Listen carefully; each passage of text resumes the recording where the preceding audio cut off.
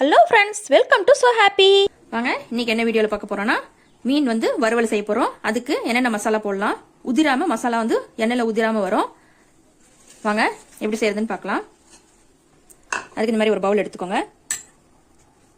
உப்பு நான் ரோகு எடுத்திருக்கேன். பாருங்க, ஒரு கிலோ மீன் எடுத்திருக்கேன். அதுக்கு தேவையான அளவு மசாலா சேர்த்திக்கிறேன். நீங்க காரத்துக்கு தகுந்த மாதிரி நீங்க சேர்த்திக்கோங்க, மீனுக்கு தகுந்த மாதிரி. இப்போ நான் உப்பு 1 டீஸ்பூன் சேர்த்திருக்கேன். மல்லித்தூள் 1 டீஸ்பூன், எல்லாமே சின்ன சின்ன டீஸ்பூன் அளவு தான். மிளகாத்தூள் மட்டும் 2 டீஸ்பூன் சேர்த்திருக்கேன். மஞ்சத்தூள் 1/4 டீஸ்பூன், பெப்பர் 1 டீஸ்பூன், சீரகத்தூள் 1/2 டீஸ்பூன். அவ்வளவுதாங்க, எல்லாத்தையும் ஒண்ணா சேர்த்திக்கலாம். இது கூட ஒரு 2 டேபிள் ஸ்பூன் அளவுக்கு கார்ன்ஃபிளவர் மாவு எடுத்துக்கோங்க, அதையும் சேர்த்திக்கோங்க. அப்பதான் மசாலா நல்லா அதுல பிடிச்சிருக்கும். அதுக்காக அரிசி மாவு ஒரு 2 டேபிள் ஸ்பூன் அளவு சேர்த்திக்கோங்க.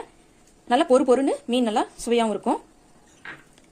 இது கூட உங்களுக்கு புளிப்பு சுவை தேவைன்னா எலுமிச்சம்பழம் சேர்த்திக்கலாம். நான் ஒரு 1/2 எலுமிச்சம்பழம் இந்த மாதிரி புளிஞ்சிருக்கேன், அதையும் சேர்த்திக்கோங்க. ஒரு 2 டேபிள் ஸ்பூன் அளவுக்கு எண்ணெய் சேர்த்திக்கோங்க. அவ்வளவுதான். இப்போ இதை நல்லா கலந்து விட்டுடலாம். எண்ணெய் எல்லாம் நல்லா கலந்து வரணும். அதுக்கப்புறமா கொஞ்சம் கொஞ்சமா தண்ணி சேர்த்து நம்ம கலந்துக்கலாம். பாருங்க, இந்த மாதிரி நல்லா எல்லாம் கலந்து வைத்த பிறகு இப்போ இதுக்கு தேவையான அளவு இஞ்சி பூண்டு பேஸ்ட் 1 ஸ்பூன் சேர்த்துக்கோங்க. 1 டேபிள் ஸ்பூன் அளவு போதுமான அளவு. இதையும் நல்லா கலந்து விட்டுருங்க. பாருங்க, இந்த மாதிரி நல்லா எல்லாம் கலந்து விட்ட பிறகு இப்போ கொஞ்சம் கொஞ்சமா தண்ணி சேர்த்து கலந்துக்கலாம்.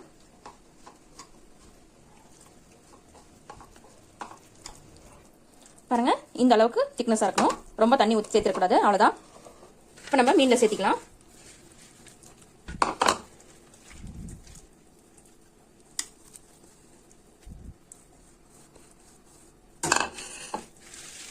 இது நல்லா கலந்து விட்டுடலாம். நல்லா பெரட்டி விட்டுருங்க.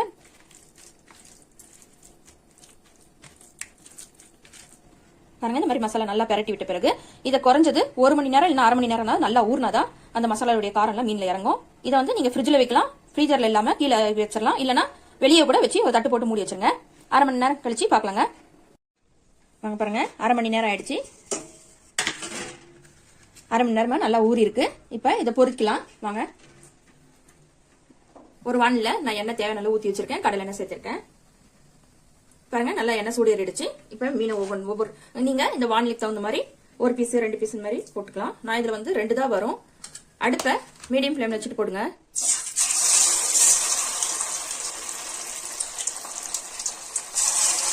இதுக்கு மேல போட்டோம்னா உதிரியா இதாயிடும், எண்ணெய் பொரிக்க முடியாது. அதனால நான் 2 மட்டும் போட்டிருக்கேன். இது கொஞ்சம் வேகட்டுங்க, ஒரு 2 நிமிஷம். பாருங்க, இந்த அளவுக்கு வெந்து வந்துச்சு. இது மெதுவா அப்படி திருப்பி விட்டுருங்க.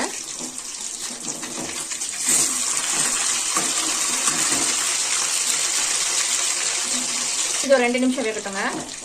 அடுப்பை மீடியம் ஃப்ளேம்ல இருந்தாதான் நல்லா வெந்து வரும், இல்லைன்னா சீக்கிரம் தீஞ்சு போன மாதிரி ஆயிடும்.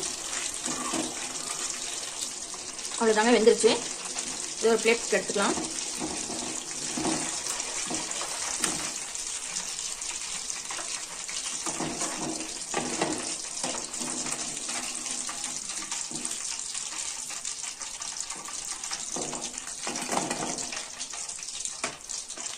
எண்ணெய் கொஞ்சம் நல்லா சூடு எடுத்துங்க. சூடு பின்னாடி போடுங்க, இல்லைன்னா மசாலா ஒட்டும். எண்ணெய் நல்லா சூடு எடுத்துங்க. இப்போ அடுத்த பேட்ச் போட்டோம்னா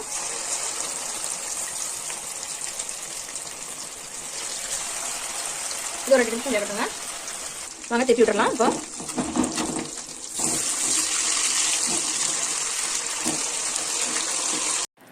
அவ்வளோதாங்க, 2 நிமிஷம் போல் நல்லா வேக விட்டு இதையும் எடுத்துக்கலாம். ஒரு பிளேட்டில் எல்லாத்தையும் நம்ம வறுத்த பீஸை சர்வ் பண்ணிட்டு பார்க்கலாங்க. பாருங்கள், நான் எல்லாத்தையும் ஒரு பிளேட்டில் நான் வறுத்து எடுத்து சர்வ் பண்ணிட்டு வந்துட்டேன். அருமையான நம்மளுடைய ஃபிஷ் ஃப்ரை சூப்பராக ரெடி ஆகிடுச்சுங்க. சாப்பிட்டு பாருங்கள், இது மாதிரி செஞ்சு அவ்வளோ டேஸ்ட்டாக இருக்கும். இதே மாதிரி நீங்களும் செஞ்சு ட்ரை பண்ணி பாருங்கள். இந்த வீடியோ உங்களுக்கு பிடிச்சிருந்தா லைக் பண்ணுங்கள், ஷேர் பண்ணுங்கள், கமெண்ட் பண்ணுங்கள். மறக்காமல் நம்ம ஸோ ஹாப்பி சேனலை சப்ஸ்கிரைப் பண்ணிவிடுங்க. தேங்க்யூ.